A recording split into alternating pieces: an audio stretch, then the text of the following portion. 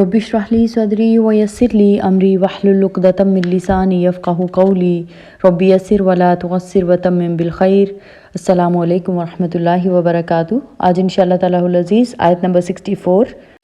اعوذ باللہ السمیع العلیم من الشیطان الرجیم، بسم اللہ الرحمن الرحیم۔ یہ جو آیت کریمہ ہے اس میں خطاب اگرچہ اہل کتاب کو ہے، جس میں نصارہ بھی شامل ہیں، یہود بھی شامل ہیں، لیکن اصل روئے سخن جو ہے وہ نصارہ ہی کی طرف ہے۔ یہاں پہ اللہ رب العزت فرما رہے ہیں کہ قل یا اہل الکتاب تعالوا الی کلمۃ، کہہ دیجئے اے اہل کتاب ایک بات کی طرف آؤ، سواء بیننا و بینکم، جو ہمارے اور تمہارے درمیان یکساں تسلیم کی گئی ہے۔ یہ بات عدل و انصاف پر مبنی ہے اور اس میں ہم اور تم برابر ہیں۔ پھر اس کی وضاحت اس طرح سے کی گئی ہے کہ اللہ نعبد الا اللہ ولا نشرک بہ شیئا، وہ یہ کہ اللہ کے سوا ہم کسی کی عبادت نہ کریں اور اس کے ساتھ کسی چیز کو شریک نہ بنائیں، نہ کسی بت کو، نہ صلیب کو، نہ کسی طاغوت کو، نہ آگ کو، نہ کسی اور ہی چیز کو، بلکہ ہم صرف اللہ وحدہ لا شریک کی عبادت کریں۔ گزشتہ جو آیات گزر چکی ہیں ان میں عیسائیوں کے ان کے خیالات کی مکمل دلائل کے ساتھ تردید کی گئی تھی۔ دلائل کی دنیا میں ان کو بالکل بے بس ہونا پڑا، لیکن جب اس بے بسی کے باوجود بھی انہوں نے رسول اللہ صلی اللہ علیہ وآلہ وسلم کی دعوت کو قبول کرنے سے انکار کر دیا، تو پھر آپ صلی اللہ علیہ وآلہ وسلم نے انہیں مباہلہ کی دعوت دی کہ آؤ ہم اور تم اپنے آپ کو اللہ کے سپرد کر دیں کہ وہ ہمارے ساتھ وہ معاملہ کریں جس کے ہم دونوں سزاوار ہیں۔ لیکن عجیب بات یہ ہے کہ جن لوگوں نے حق کو قبول کرنے سے ہر طرح سے انکار کیا، وہ دلائل میں بھی لاجواب ہو کر اپنی بات پر اڑے رہے۔ جب عیسائیوں پر اتمام حجت ہو گیا، حق کھل کر ان کے سامنے آ گیا، لیکن پھر بھی وہ اسے قبول کرنے کے لیے تیار نہیں ہوئے، تب رسول اللہ صلی اللہ علیہ وآلہ وسلم نے اللہ تعالیٰ کے حکم سے ایک دوسرے پہلو سے اور نہایت ٹھہرے ہوئے مثبت اسلوب میں انہیں اسلام کی دعوت دی، اور اس میں بجائے ان کے باطل عقائد کو زیر بحث لانے کے انتہائی حکیمانہ طریقے سے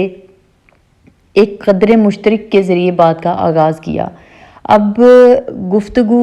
جب مباحثے اور مناظرے کا اسلوب تیار کر لے تو پھر قرآن کریم جو ہے وہ حکمت کے ذریعے دعوت کا حکم دیتا ہے۔ حکمت کا پہلا تقاضا کیا ہے کہ جانبین میں جو قدر مشترک ہے اس کو تلاش کیا جائے، کیونکہ اگر شروع میں ہی وہ جو فریق مخالف ہے اس کے خیالات پر تنقید کی جائے، اس کے باطل عقائد کا ابطال شروع کر دیا جائے، تو پھر بات وہیں پہ رک جاتی ہے، لڑائی کا آغاز ہو جاتا ہے۔ اور قدر مشترک سے بات کے آغاز سے ایک تو یہ ہوتا ہے کہ بات کو آگے بڑھنے کا موقع ملتا ہے، پھر دوسری آسانی یہ ہوتی ہے کہ جو بھی تقاضے ہیں آپ کے ان کو بڑی آسانی کے ساتھ مخاطب کے سامنے پیش کیا جا سکتا ہے۔ وہ ہزار کوشش کرے لیکن وہ فرار کا راستہ اختیار نہیں کر سکتا ہے۔ یہاں پر بھی اسی طریقہ دعوت کو اختیار کیا گیا۔ رسول اللہ صلی اللہ علیہ وآلہ وسلم کو حکم دیا گیا ہے کہ آپ انہیں دعوت دیجئے کہ آؤ ایک ایسے کلمے کو بنیاد بناتے ہیں جو ہمارے اور تمہارے درمیان مشترک ہے۔ اور یہاں پہ کلمہ سے مراد جو ہے وہ لفظ بھی ہو سکتا ہے، لیکن یہاں پہ جملہ کہنا جو ہے وہ زیادہ مفید ہے۔ ابن کثیر نے بھی یہی کہا ہے، احادیث سے بھی اسی بات کو کہ کہیں الکلمہ سے اور کہیں کلمۃ الجامعہ سے یاد کیا گیا ہے۔ اس سے یہ بتانا مقصد ہے کہ ہم تمہیں ایک ایسی بات، ایک ایسی حقیقت کی طرف دعوت دے رہے ہیں جو دنیا میں نئی نہیں ہے، نہ ہی وہ کسی کے میراث ہے۔ جو پہلا انسان دنیا میں آیا تھا وہ بھی اسی دعوت کو لے کر دنیا میں اترا تھا، اور جب اللہ کا کوئی نبی دنیا میں انسانوں کی ہدایت کے لیے آیا ہے، اس نے یہی دعوت جو ہے، یہی بنیادی دعوت انسانوں کے سامنے پیش کی۔ اللہ رب العزت نے فرمایا کہ تمام رسولوں کی بھی یہی دعوت ہے۔ وَمَا أَرْسَلْنَا مِن قَبْلِكَ مِن رَسُولٍ إِلَّا نُوحِي إِلَيْهِ أَنَّهُ لَا إِلَٰهَ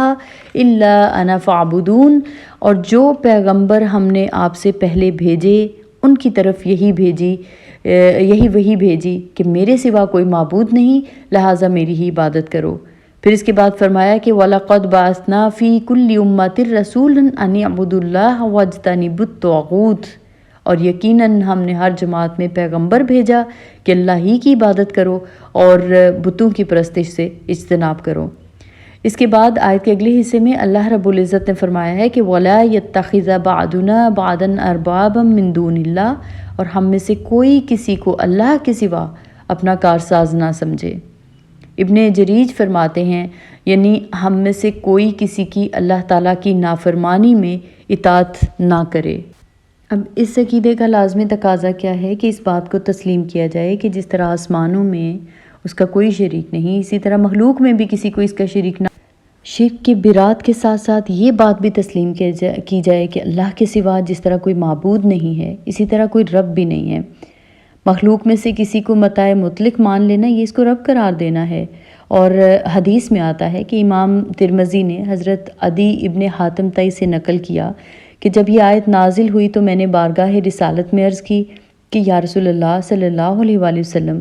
قرآن کریم کہتا ہے کہ اہل کتاب نے اپنے علماء، اپنے مذہبی پیشواؤں کو رب بنا رکھا ہے، تو ہم اپنے مذہبی علماء اور پیشواؤں کی عبادت تو نہیں کرتے،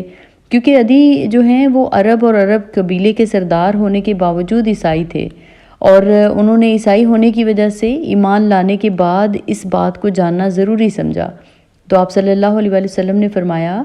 کہ کیا یہ بات نہیں ہے کہ جس چیز کو تمہارے احبار اور رہبان حرام ٹھہرا دیں تم اس کو حرام ٹھہرا دیتے ہو، اور جس چیز کو حلال ٹھہرا دیں اس کو حلال جانتے ہو؟ عدی نے کہا کہ ہاں ایسی بات تو ہے۔ تو آپ صلی اللہ علیہ وآلہ وسلم نے فرمایا کہ یہی ان کو رب بنا دینا ہے، یعنی اللہ کے حکم کے بغیر کسی کو حلال اور حرام کرنے کے کلی اختیارات سونپ دینا اور تحلیل اور تحریم کے لیے اتھارٹی تسلیم کر لینا، اس کو رب بنا دینا ہے۔ چنانچہ یہاں پر ان کو صاف صاف دعوت دی گئی کہ توحید کی دعوت تمہاری کتابوں نے بھی دی ہے اور ہم اسی کی تجدید کر رہے ہیں، اور اس توحید کا لازمی تقاضا ہے کہ اللہ کے سوا کسی اور کی بندگی نہ کی جائے، نہ کسی کو اس کا شریک ٹھہرایا جائے، نہ کسی کو تحلیل اور تحریم کا حق دیا جائے۔ اگر کسی کو یہ حیثیت دے دی جائے کہ زندگی میں حسن اور قبیح کے فیصلے، جائز اور ناجائز کی حد بندی اور حلال اور حرام کا قانون جو ہے وہ طے کرنا اس کا حق ہے، اس معاملے میں اس کی مکمل اطاعت کی جائے گی، تو اسے قرآن کریم رب ماننے کے مترادف قرار دیتا ہے، اور عقیدہ توحید میں اس کے لیے کوئی گنجائش نہیں ہے۔ عیسائی چونکہ اپنے کلیسا کے بارے میں خاص عقیدہ رکھتے ہیں، ان کی جو عقیدہ ہے اس کے مطابق جو کلیسا کی معصومیت ہے وہ ان کے ایمان کا جزو ہے، ان کے مذہبی رہنما ان کی دینی زندگی کے فیصلے کرنے میں آزاد ہیں۔ اگر اس چیز کو دیکھا جائے تو دیکھیے یہ اپنے منتخب نمائندوں کو زندگی کے وہ فیصلے کا حق دے دینا جو صرف اور صرف اللہ کا حق ہے۔ بندے اور اللہ کا تعلق جو ہے وہ ان لوگوں کے نزدیک ایک پرائیویٹ اور تنہائی کا تعلق ہے،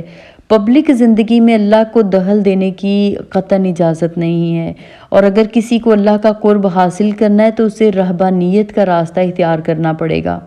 تو جو قوم اس قسم کے تصورات رکھتی ہو اس کے لیے بہت مشکل ہے کہ وہ توحید کے بنیادی تصور کو قبول کر کے اپنے انفرادی اور اجتماعی ڈھانچے کو تبدیل کرنے کے لیے تیار ہو جائے،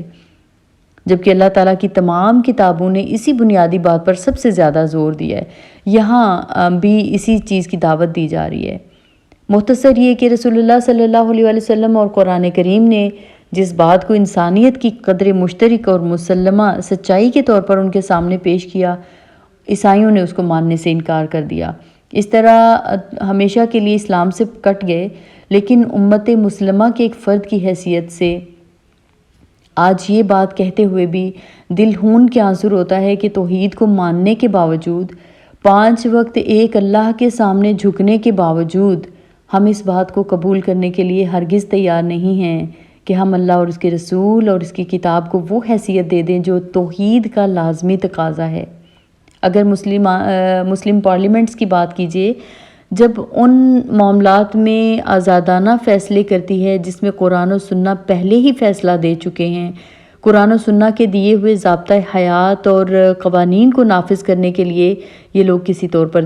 تیار نہیں ہوتے ہیں۔ اس آیت کریمہ کا خطاب جو ہے نا وہ سب کی طرف ہے، وہ ان مسلمز کو بھی پکار پکار کر کہہ رہا ہے کہ جس قرآن کو تم چومتے ہو، جس کو خوشبو میں بسا کے رکھتے ہو، جس سے اصال ثواب کرتے ہو اور جسے پڑھ پڑھ کر اجر و ثواب کا یقین رکھتے ہو،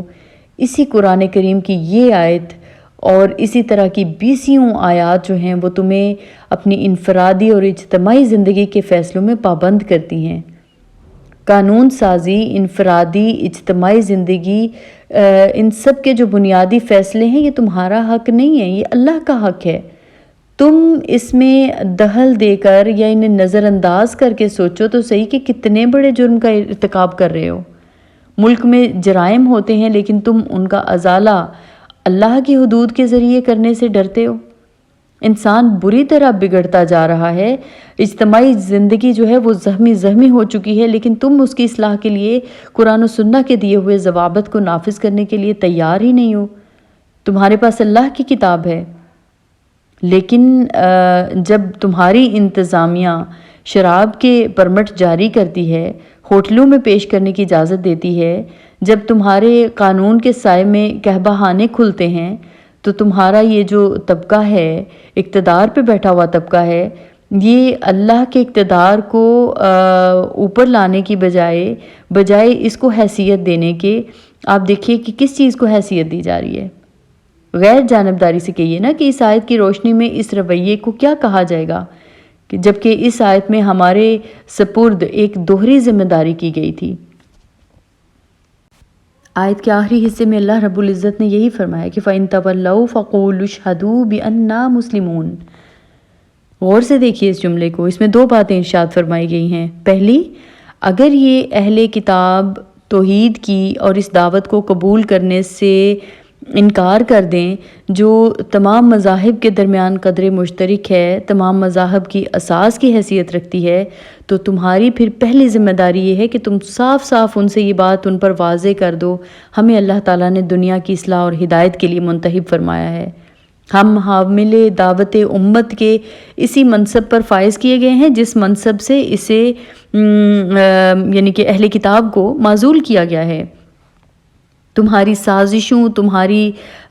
محاسمتوں نے اگرچہ ہمارے دل زخمی کر دیے، تمہارا رویہ ہمارے لیے ناقابل برداشت ہوتا جا رہا ہے، لیکن ہم اس ذمہ داری کو ادا کرتے ہوئے ہر ممکن طریقے سے تمہارے سامنے یہ دعوت پیش کرتے رہے ہیں۔ دلائل کی قوت سے ہم نے تمہیں پسپا کر دیا، تمہاری بد اخلاقی کو اپنی اخلاقیات کی ڈھال سے ہمیشہ کند کیے رکھا۔ آخری بات اللہ سے فیصلہ طلب کرنا تھا، سو مباہلے کی صورت میں وہ بھی کر گزرے۔ اس طرح سے ہمارا وہ فریضہ جسے شہادت حق کہا جاتا ہے، ہم نے اسے ادا کرنے میں کوئی کوتاہی نہیں کی، اس لیے تم گواہ رہو۔ کل ہمارے بارے میں تم سے پوچھا جائے گا کہ کیا اس فریضے کی ادائیگی کے ہم نے تمام تقاضوں کو پورا کیا تھا یا نہیں کیا تھا۔ ہم تمہیں گواہ بنا کر کہتے ہیں تاکہ تم کل کو تسلیم کیے بغیر نہ رہ سکو، ہم نے واقعی اپنا فرض انجام دے دیا ہے۔ پھر دوسری بات کہ تم ہماری اس دعوت کے مقابلے میں کچھ بھی رویہ اختیار کرو، اپنے ظاہری علم و فضل کو ہمارے راستے کی رکاوٹ کے لیے چاہے کیسے ہی طریقے استعمال کرو، تم اسلام کا راستہ روکنے کے لیے جو بن پڑے بے شک اس سے دریغ نہ کرو، لیکن ہمارا طرز عمل بالکل ایک حقیقت کی طرح اپنی جگہ پر قائم رہے گا۔ ہم پہلے دن سے لے کر آخر تک اللہ کے مسلم ہیں، ہم نے اپنے آپ کو اللہ کے سپرد کر دیا ہے،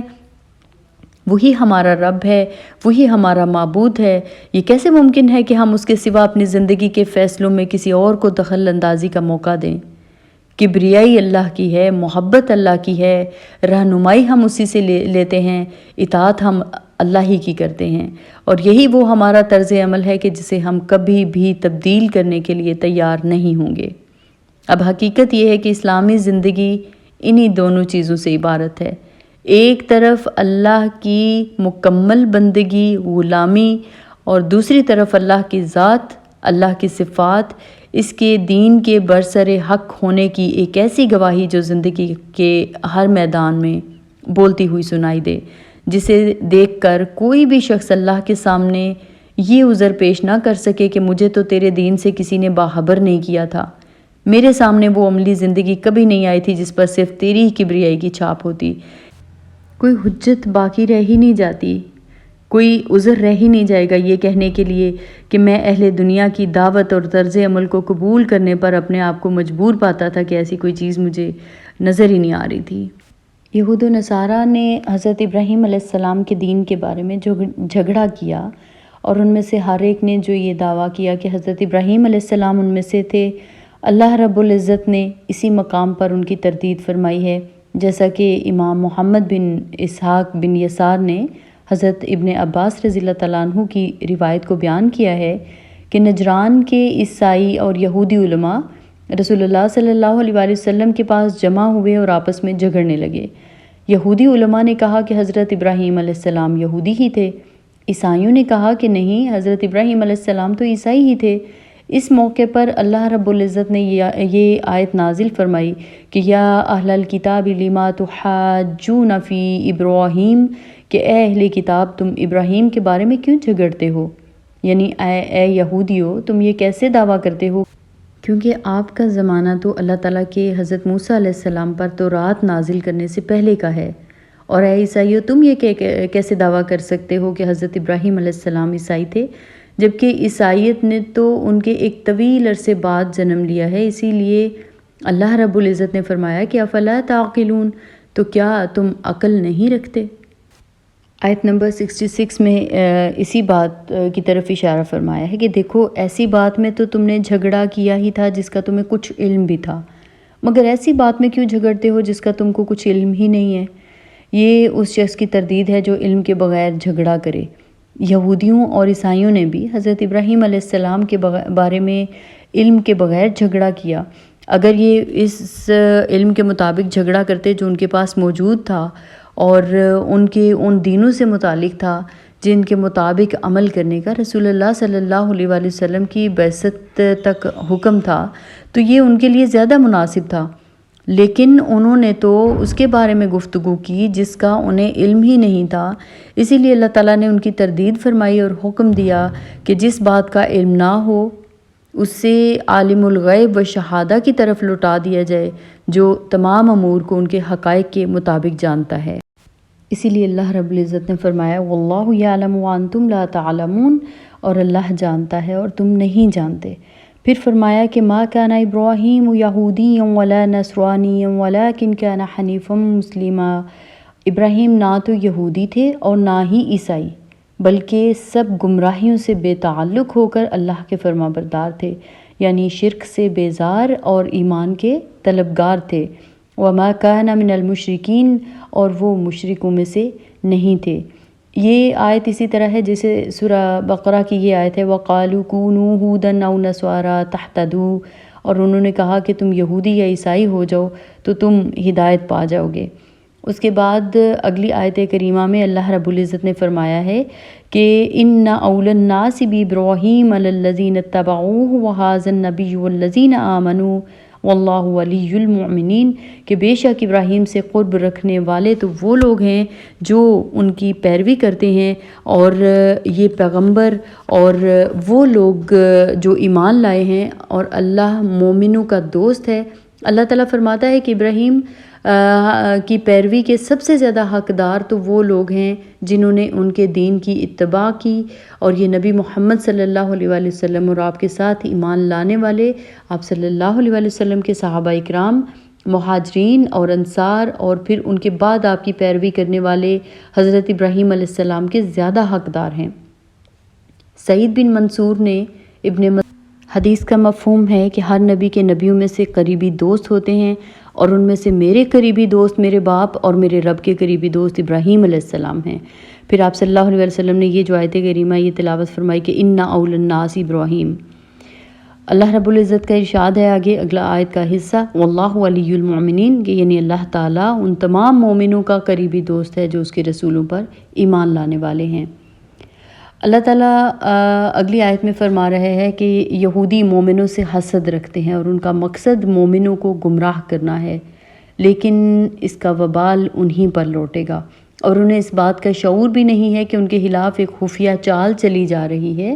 پھر اللہ رب العزت نے ان کی تردید کرتے ہوئے فرمایا کہ یا اہل الکتاب لم تکفرون بآیات اللہ وانتم تشہدون، کہ اے اہل کتاب تم اللہ کی آیتوں کا کیوں انکار کرتے ہو حالانکہ تم خود ان کی سچائی کے گواہ ہو، یعنی تم جانتے ہو کہ یہ آیات سچی ہیں اور ان کی حقیقت کو بھی تم جانتے ہو۔ یا اہل الکتاب لم تلبسون الحق بالباطل وتکتمون الحق وانتم تعلمون، اہل کتاب تم سچ کو جھوٹ کے ساتھ خلط ملط کیوں کرتے ہو اور حق کو کیوں چھپاتے ہو، حالانکہ تم جانتے بھی ہو، یعنی تمہاری کتابوں میں حضرت محمد صلی اللہ علیہ وآلہ وسلم کی جو صفات لکھی ہوئی ہیں تم انہیں چھپاتے ہو، حالانکہ تم انہیں جانتے اور سچ مانتے ہو۔ یہ جو دو آیات ہیں، آیت نمبر 70 اور 71، ان میں اہل کتاب سے خطاب ہے، اور بظاہر یہ معلوم ہوتا ہے کہ انہیں ملامت بھی کی جا رہی ہے اور اظہار افسوس بھی کیا جا رہا ہے۔ ساتھ ہی ساتھ ایسا لگتا ہے کہ آخری فیصلہ بھی سنایا جا رہا ہے، جسے اتمام حجت بھی کہا جا سکتا ہے، اور بدنصیبی کی انتہا بھی۔ پہلی آیت میں فرمایا کہ اے اہل کتاب، تم اللہ کی آیات سے کیوں کفر کرتے ہو، حالانکہ اہل کتاب ہونے کی وجہ سے تم قرآن کریم کے مزاج آشنا ہو، تمہیں خوب اندازہ ہے کہ وہ اللہ کی کتاب ہے، پھر وہ ان تمام باتوں کا مصداق بن کر آئی ہے جس کا ذکر تمہاری کتابوں میں ہے، اور ساتھ ہی یہ بھی ایک حقیقت ہے کہ تمہارے دل گواہی دیتے ہیں کہ یہ اللہ کی کتاب کی آیات ہیں جنہیں جھٹلایا نہیں جا سکتا۔ اس سے بھی بڑی حقیقت یہ ہے، تمہاری کتابوں میں تمہارے انبیاء کے ذریعے تم سے آخری نبی اور آخری کتاب کی آیات اور احکام کی شہادت دینے کا عہد لیا جا چکا ہے، تم اس کا اقرار کر چکے ہو۔